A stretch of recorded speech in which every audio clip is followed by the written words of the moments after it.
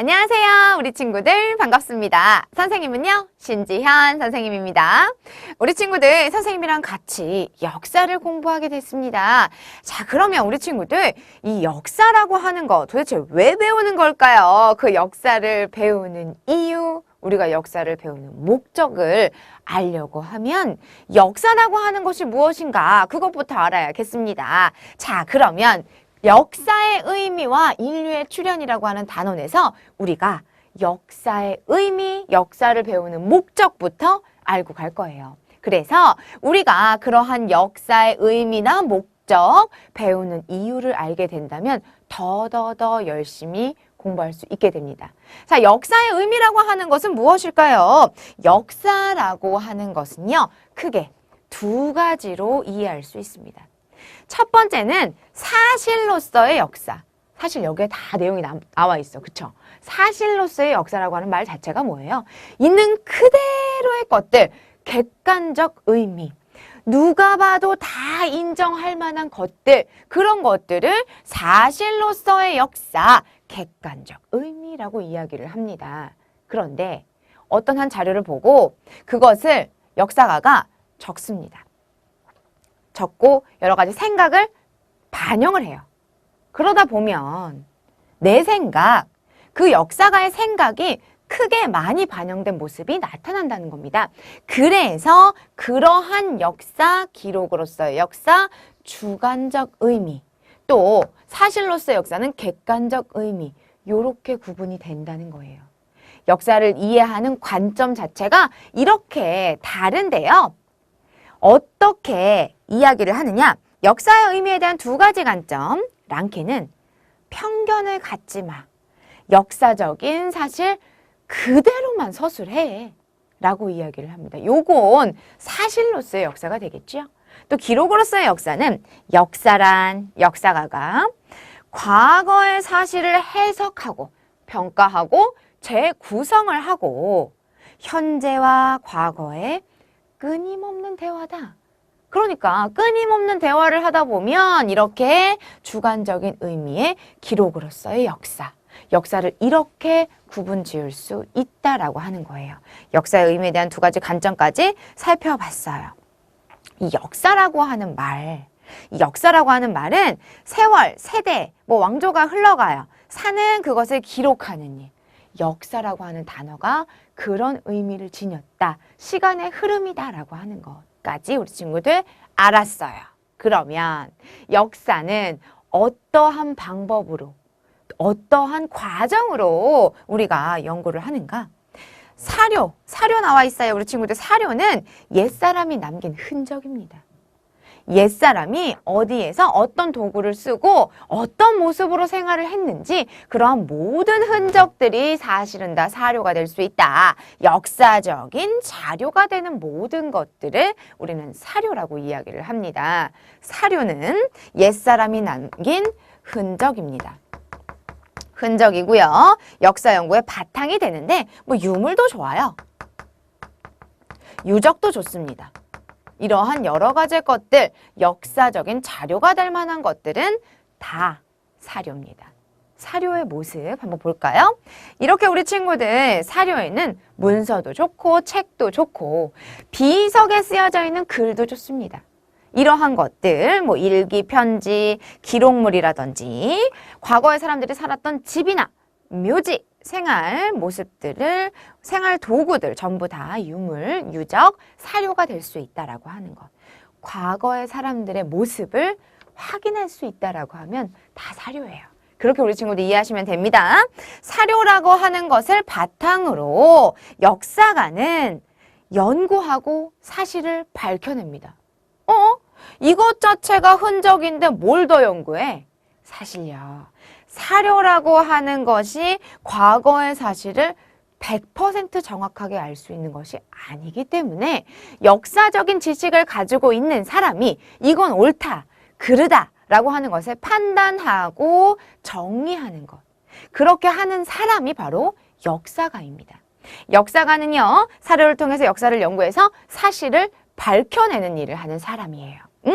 과정, 이러한 과정으로 우리 역사 연구하는데요. 사료를 수집합니다. 사료를 수집한다. 그리고 그 사료가 옳은지 그른지 판단하고 구분하고요. 선택된 자료 의미 해석합니다. 그리고 나서 역사 서술을 하는데 이러한 역할을 하는 사람이 역사가다라고 하는 것.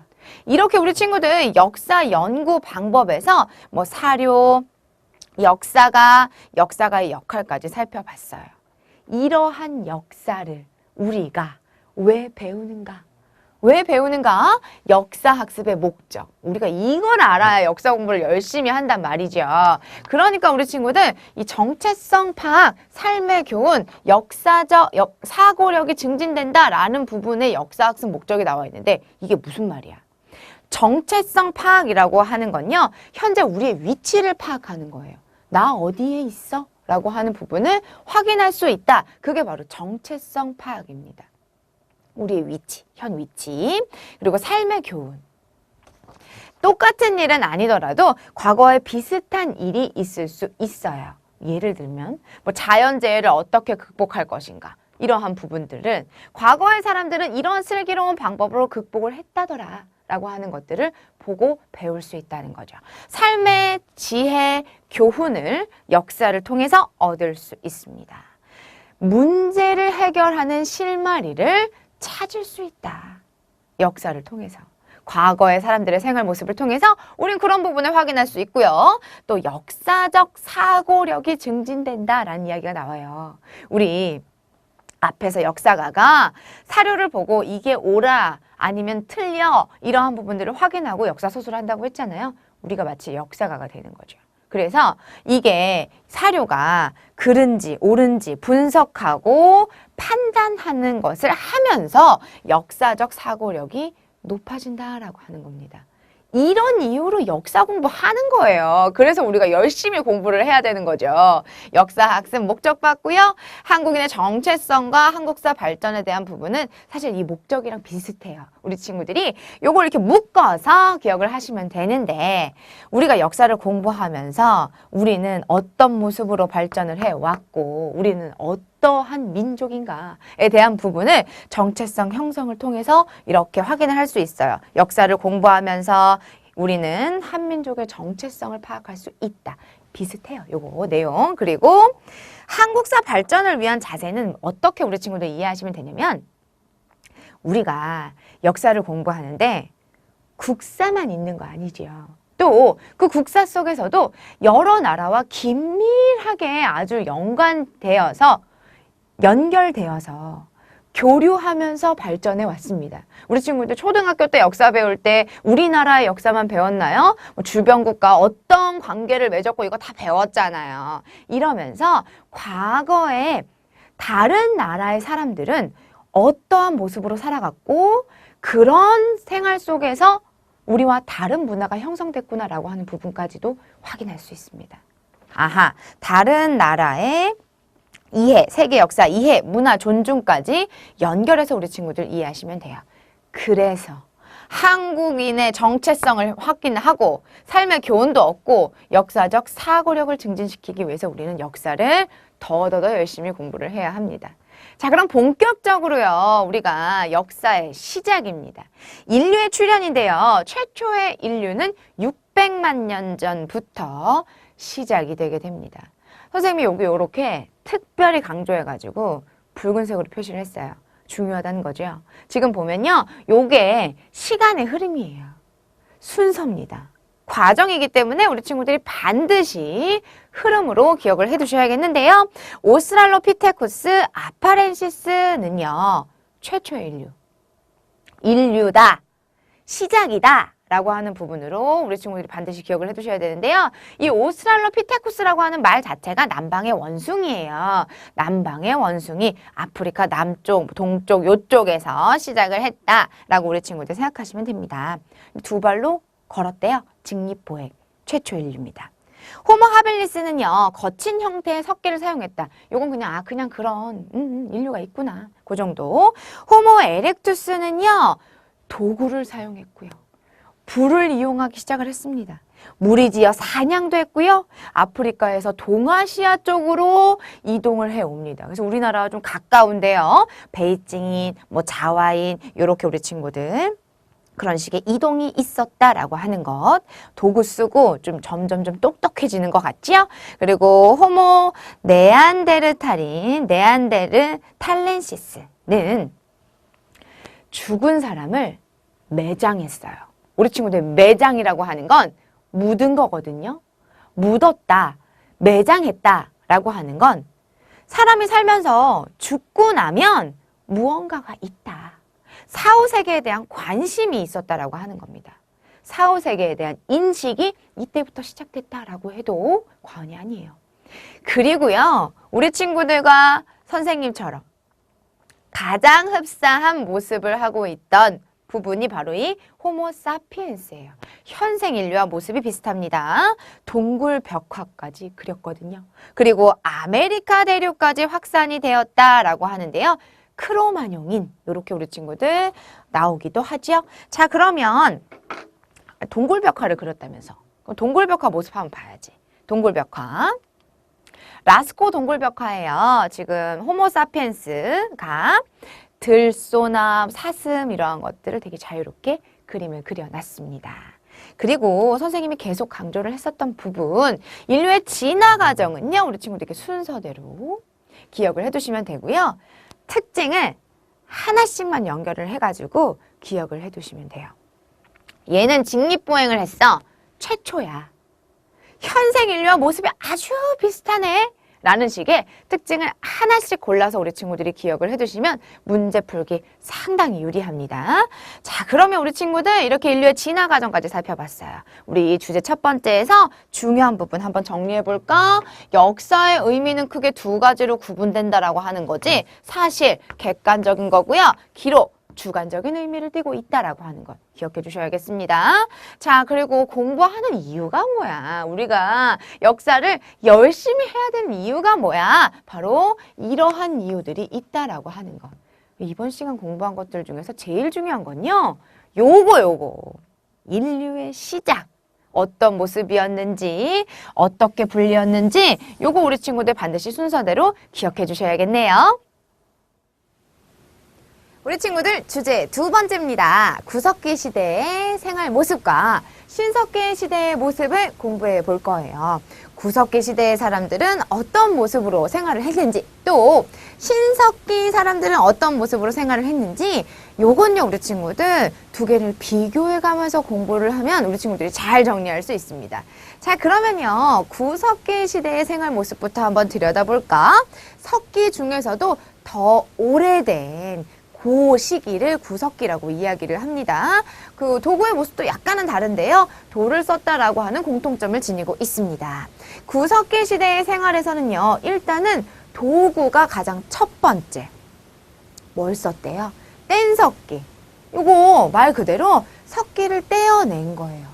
부딪히든 깨트리든 해서 날카로운 부분이 나오지요? 그것을 도구로 썼다라고 우리 친구들 생각하시면 될 것 같습니다. 이렇게 뗀석기를 썼었는데 뗀석기의 종류에는 주먹도끼, 긁게, 찌르게 이러한 것들 사용했었고요. 짐승의 뼈나 뿔을 이용해가지고 뼈로 된 도구를 사용하기도 했습니다. 이렇게 우리 친구들 도구에서는 뗀석기 생각하셔야 돼요. 중요합니다. 이것으로 석기를 구분한 거기 때문에 도구는 뗀석기. 주거와 경제는 우리 친구들이 묶어서 이해를 하시는데요. 구석기 시대의 사람들은 주변에 열매가 있으면 따서 먹고 동물이 있으면 잡아먹고 이런 식으로 채집과 사냥을 했습니다. 그렇게 생활을 하다 보니까 이곳에, 내가 살고 있는 이곳에 먹을 게 없는 거예요. 먹을 게 없는데 여기 살 이유가 없죠. 그래서 먹을 것을 찾아 이동한다, 이동 생활을 한다라고 우리 친구들 연결하시면 되겠습니다. 내가 이동 생활을 하다 보니 집 자체를 화려하고 아름답게 만들 필요가 없어요. 그냥 비바람이나 좀 피하고, 그렇게 추위나 좀 피하고 그렇게 견딜 수 있는 그러한 곳들은 다 집이 될 수 있었다. 동굴이라든지 아니면 강가의 막집, 대충 지은 그 집을 막집이라고 해요. 그 막집에서 생활을 하게 되었다. 이동 생활을 할 수밖에 없었던 이유는 경제활동과 요렇게 연관지어서 생각을 하시면 됩니다. 또 예술도 우리 친구들 한번 보면 조각상, 뭐 동굴벽화 이러한 것들을 남겼는데 구석기 시대의 사람들의 생각을 엿볼 수 있는 조각상 하나 보고 옵시다. 조각상 여기 나와 있는데요. 빌렌도르프의 비너스의 상 이렇게 나와 있습니다. 우리 친구들 요거 보면 어떤 생각이 들어요? 뚱뚱해. 배 나온 거 봐. 그쵸? 엄청 풍만하잖아요. 그쵸? 다산, 풍요로움. 그렇게 생활하고 싶다라고 하는 그런 부분이 담겨 있는 조각상입니다. 구석기 시대의 사람들, 요 조각상 보고 뭐를 알 수 있다고요? 다산, 풍요를 상징하는 거였다라고 하는 것. 요렇게 조각상 봤고요. 또 동굴벽화도 남겼었는데 뭐 사냥감이 좀 풍부해지기를 바랍니다 라고 하면서 이렇게 벽화를 그렸어요. 사냥하는 벽화들 많이 나와요. 이렇게 우리 친구들이 예술을 봤고요. 신앙도 없었던 건 아니에요. 무덤을 만들고 시신에 꽃을 두기도 했고요. 뭐 벽화나 풍만한 여신상을 만들면서 뭐 사냥감이 좀 많았으면 좋겠다. 그리고 다산, 풍요로움을 상징한다라고 하는 것들을 우리 친구들이 이렇게 조각상이나 동굴벽화의 예술 부분으로 같이 연결을 해서 확인하시면 되겠습니다. 이게 구석기 시대의 생활 모습인데 한반도의 구석기는 어떤 모습이었을까? 일단 우리가 한반도의 이러한 구석기를 확인할 수 있는 장소가 유적인데요. 시작은 한 약 70만 년 전. 70만 년 전에 한반도의 구석기 그 문화가 꽃피워졌다라고 하는 거예요. 시작은 70만 년 전이고요. 유적은 전국에 분포되어 있습니다. 충남, 공주, 석장리 있었고 또 상원 검은모루 동굴 요건요 우리 친구들 구석기 우리나라에서 나타나는 구석기 유적 중에서 가장 오래된 유적지입니다. 상원 검은모루 동굴이라고 하는 곳이요. 그리고 청원 두루봉 동굴 같은 것들도 있어요. 한반도 구석기 시대의 유적은 그러한 것들이 있고 전국에 분포되어 있었다. 또 한반도의 구석기 문화를 확인할 수 있는 유물은요. 집게, 주먹도끼, 승배찌르개, 돌날과 같은 유물들이 있는데요. 이건요 우리 친구들 뗀석기의 종류입니다. 초기에는 이러한 것들을 썼고 후기로 가면서 이런 식으로 발달을 했는데요. 요건요 우리 친구들이 선생님이 그림으로 한번 확인을 해보도록 할까요? 일단 유적지의 모습을 한번 보면요. 우리나라 선사시대 유적이다라고 나옵니다. 구석기 시대에는 빨간색으로 표시되어 있는데 실제로 이렇게 한반도 전체에 고루 분포되어 있습니다. 붉은색은 그렇고 아까 선생님이 가장 오래된 유적지 상원 얘기했죠? 그게 바로 위치가 여기예요. 이렇게 위치까지 확인을 해봤습니다. 공주 여기도 나왔죠? 우리나라 선사시대 유적으로 살펴봤고요. 그리고 구석기 시대의 유물은 주먹도끼의 모습이고 후기로 가서 승배찌르개라는 말이 나왔어요. 이 승배가 뭘까? 승배는요. 요렇게 우리 친구들 돌로 날카로운 부분으로 쓰고요. 나무 같은 것들을 요렇게 연결을 하는 거예요. 손잡이처럼.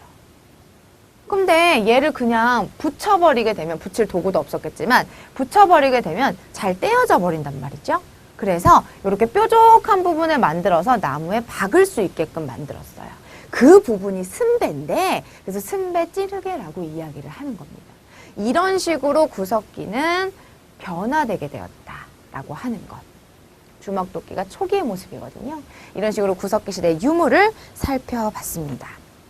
자, 그러면 구석기 시대의 흐름을 살펴봤어요. 신석기에는 어떤 모습으로 사람들이 생활을 했을까?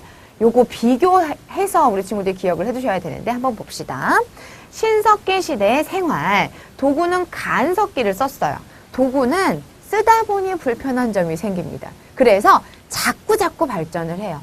그냥 던져서 내가 원하는 모양이 안 나오는 거야. 그래서 내가 원하는 모양이 나올 때까지 만들기 시작했어요. 그게 간석기입니다. 날카롭게 갈아서 썼다라고 우리 친구들 이해하시면 되는데요. 간석기 그리고 토기를 썼습니다.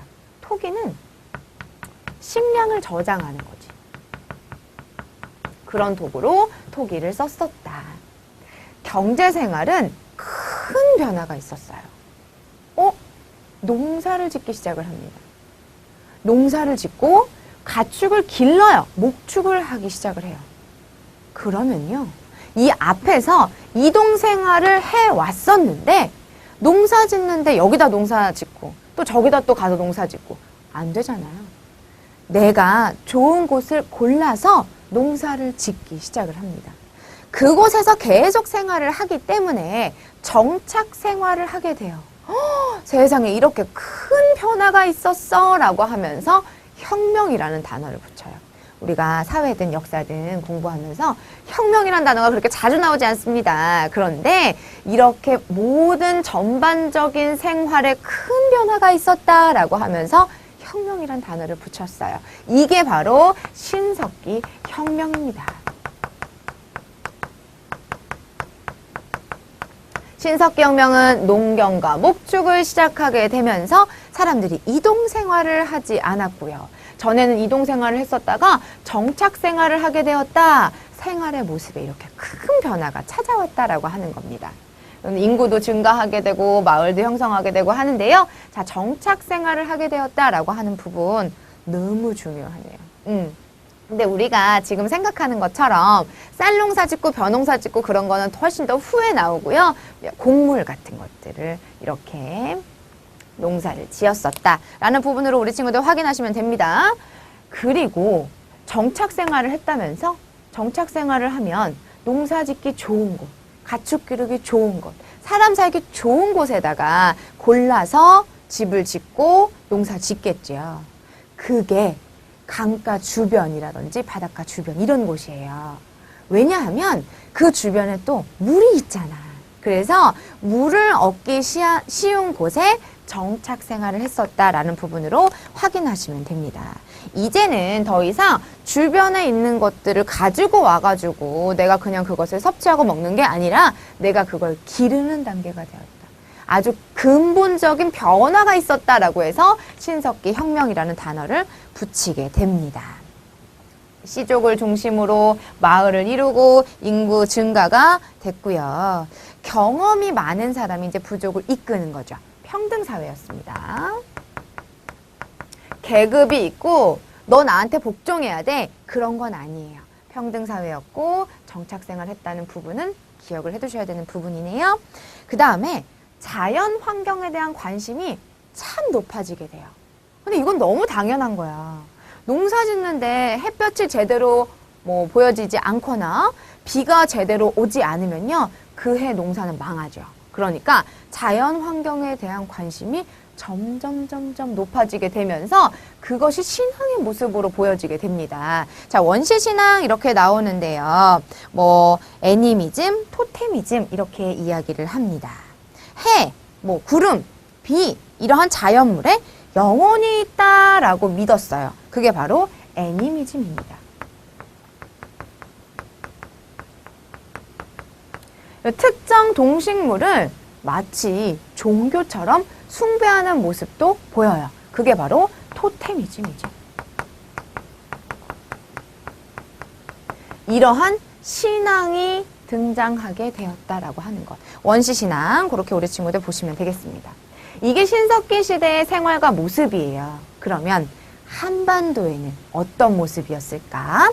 유적, 유물 이렇게 구분해서 우리 친구들 볼 건데요. 강가나 바닷가에 유적지가 많다라고 하느니 우리 친구들 이해되지요? 무엇 때문이라고 했어요? 주변에 물 얻기 쉽고 농사 짓기 좋은 곳이 바로 이런 곳이다라고 하는 거예요. 그래서 선택해서 정착생활을 한 거죠. 유적은 이런 곳이다. 아하, 그러면 한반도에 구석기, 신석기 이렇게 표시되어 있다면 우리 친구들 그런 것도 구분할 수 있어야 됩니다. 신석기인지 구석기인지 헷갈려요. 그러면 강이나 바다가 있는지 주변에 한번 확인해 보세요. 이렇게 우리 친구들 유적지 봤고요. 유물은 간석기 그리고 토기 이렇게 나옵니다. 식량을 저장했어요. 농사 지으면서 먹고 난 나머지가 있으니까 그것을 저장한 거죠. 그게 바로 토기고요. 우리는 사실 신석기 하면 빗살무늬 토기 다 알고 있잖아요. 그것만 있는 친구들이 있어. 근데 그렇지 않아요. 이게 뭐 덧무늬 토기, 뭐 빗살무늬 토기 여러 토기들이 있었고 간석기에서 가락바퀴는 무엇을 의미하는지 가락바퀴 모습 한번 보고 올까요? 가락바퀴의 모습은요. 이렇습니다. 자, 가락바퀴는 어디에 쓰였던 도구인가? 여기 구멍에 막대를 꼽아가지고 회전을 해서 실을 뽑는 데 사용을 했습니다. 그 실을 어디다 썼을까요? 옷을 해 입었어요. 여기 기존에 계속 썼었던 뼈 도구가 있잖아요. 그걸 이제 바늘처럼 이렇게 길게 만들어서 옷을 만들어 입었습니다. 신석기 시대에 가락바퀴는 그런 의미를 지니고 있습니다. 그리고 서울 암사동 움집 나오는데요. 구석기 시대에는 그냥 막 돌아다니면서 집을 지어서 그냥 버리고 가고 그랬었죠. 근데 이제 정착 생활을 하다 보니까 집의 모습은 굉장히 중요하게 돼요. 내가 계속 살 곳이기 때문에. 그래서 이렇게 만들어서 생활을 했죠. 움집의 모습입니다. 그리고 신석기 시대의 유물은 갈아서 만들었다. 간석기고요. 그리고 여기 지금 빗살무늬 토기가 있습니다. 빗살무늬 토기의 모습이 아래가 뾰족하다라고 하는 거는 우리 친구들 요걸 이런 식으로 바닥에 꽂아가지고 쓸 수 있게끔 만들기 위해서 그릇이 지금 우리의 그릇은 바닥이 평평하잖아요. 근데 얘네는 그렇지 않았다라고 하는 거. 그렇게까지 우리 신석기 모습 살펴봤습니다. 자, 그러면요. 구석기, 신석기 우리 공부한 부분 중요한 부분 짚고 마무리할게요. 자, 구석기 시대, 신석기 시대 문화입니다. 구석기 시대의 생활과 신석기 시대의 생활은 우리 친구들이 비교해서 기억을 해주셔야 되는데요. 구석기 시대 뗀석기 썼어요. 신석기 시대 뭐 썼지? 간석기 썼습니다. 또 주거는 얘네는 이동 생활을 하면서 막 집에서 살았지 신석기 시대에는 어땠어요? 정착 생활을 하면서 집이 중요해진 거죠. 움집을 만들어서 그곳에서 생활을 하게 됩니다. 경제는 채집, 사냥하면서 돌아다니면서 생활을 했었던 게 구석기 시대라고 한다면 신석기 시대에 와서는요. 정착 생활을 하게 되었다. 농경 목축이 시작되게 되었다. 그것이 신석기 혁명이다라고 하는 거. 예술도 신앙과 함께 묶어서 같이 확인을 해보시면 되겠습니다. 한반도의 구석기 문화는 얘는 전국에 분포되어 있었고 쟤네는 주로 강가나 바닷가에 있었다. 신석기 시대는 유물은 이렇게 뗀석기의 모습들이 나오고요. 한반도의 신석기 문화는 간석기와 토기가 나온다는 점. 우리 친구들이 비교해서 기억해 주셔야겠네요. 자, 이제 문제 풀어볼게요. 자, 우리 친구들 우리가 이번 시간에 공부한 부분은 문제로 확인해보는 시간입니다. 첫 번째 문제는요. 바로 5번 문제입니다. 13페이지 5번 문제. 자, 어떤 문제일까요? 다음 밑줄 치인 내용에 해당하는 문장은 무엇입니까? 아하, 역사라고 하는 것이 크게 두 가지 의미를 지니고 있다라고 이야기를 했습니다. 있는 그대로의 것들이 사실로서의 역사고요. 기록으로서의 역사 이렇게 두 가지 있다고 이야기를 했지요. 한번 구분해 볼게요. 자, 밑줄 친 거니까 기록으로서의 역사를 찾아보면 되겠습니다. 1392년 조선이 건국되었다라고 하는 건요. 사실로서의 역사죠. 삼국유사는 이련이 쓴 역사책입니다. 이것도 있는 그냥 그대로의 것. 고려시대에 팔만대장경이 초판되었다라고 하는 것도 있는 그대로의 것들입니다. 아주 객관적인 부분들이 나와 있는 거죠.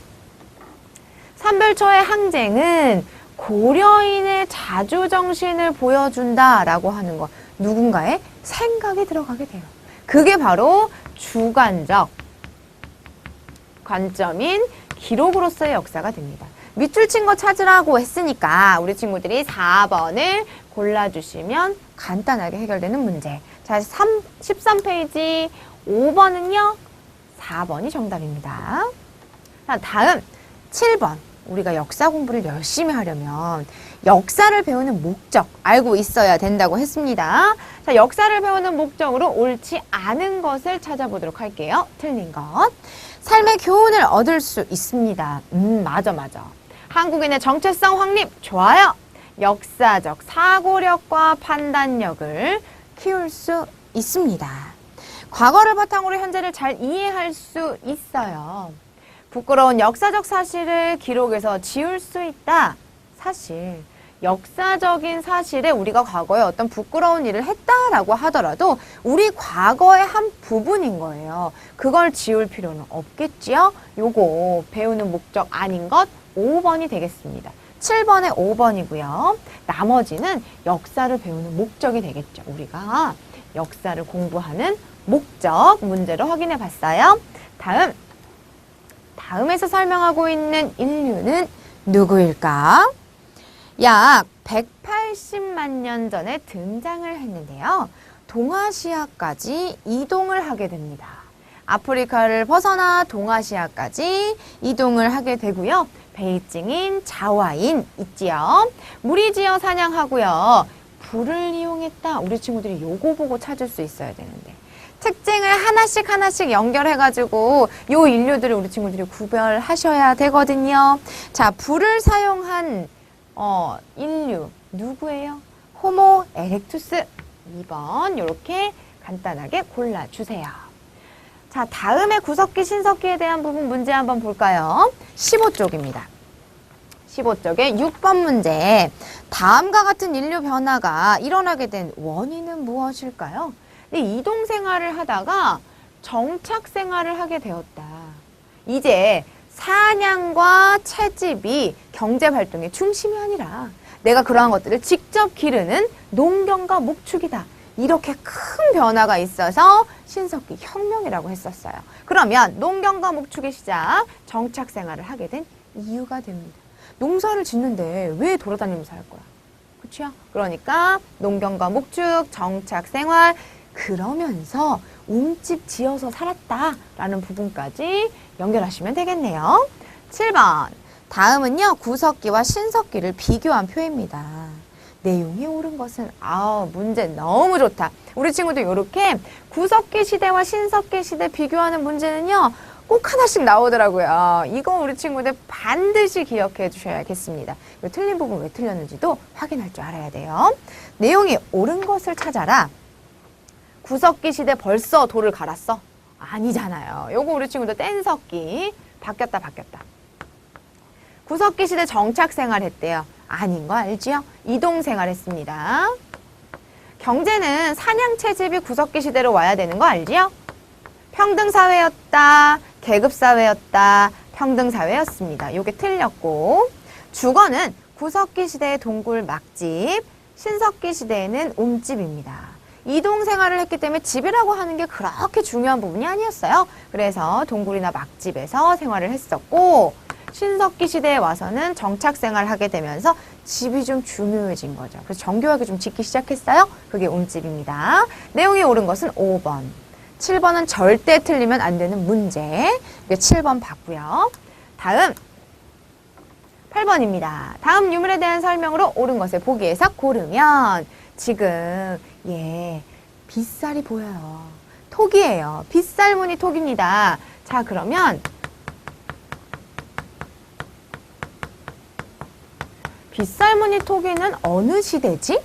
유물에 대한 부분이 나왔어요. 그럼 우리 친구들 그냥 뭐 그런 게 있었나 보다. 이렇게 하면 안 되고 그 유물이 어느 시대 거야? 라고 꼭 연결할 수 있어야 되거든요. 이거 지금 뭐예요? 빗살무늬 톡이는 신석기. 실을 뽑는 데 사용했다. 신석기 시대에 제작되었다. 맞아. 동굴 막집에서 발견됐을까요? 아니죠. 동굴과 막집은 뭐예요? 구석기 시대입니다. 움집에서 발견되었다. 요런 것도 괜찮겠네. 음식을 조리하고 저장하는 데 쓰였던 지금의 그릇이다. 그러면 니은, 리을 4번에 있네요. 요렇게 우리 친구들이 골라주시면 됩니다. 8번에 4번. 유물 나오면 어떤 시대, 설명은 어떤 시대, 그거를 반드시 연결할 수 있으셔야 돼요. 자, 우리 이렇게 신석기까지 문제 풀어봤거든요. 우리 1단원에서 역사는 왜 배우는가, 역사를 바라보는 관점도 너무 중요하고요. 두 번째 주제에서는 구석기와 신석기 잘 정리하셔야 돼요. 비교하면서 정리하는 것 잊지 마세요. 자, 잘 정리하시고요. 다음 시간에 뵐게요. 수고하셨습니다.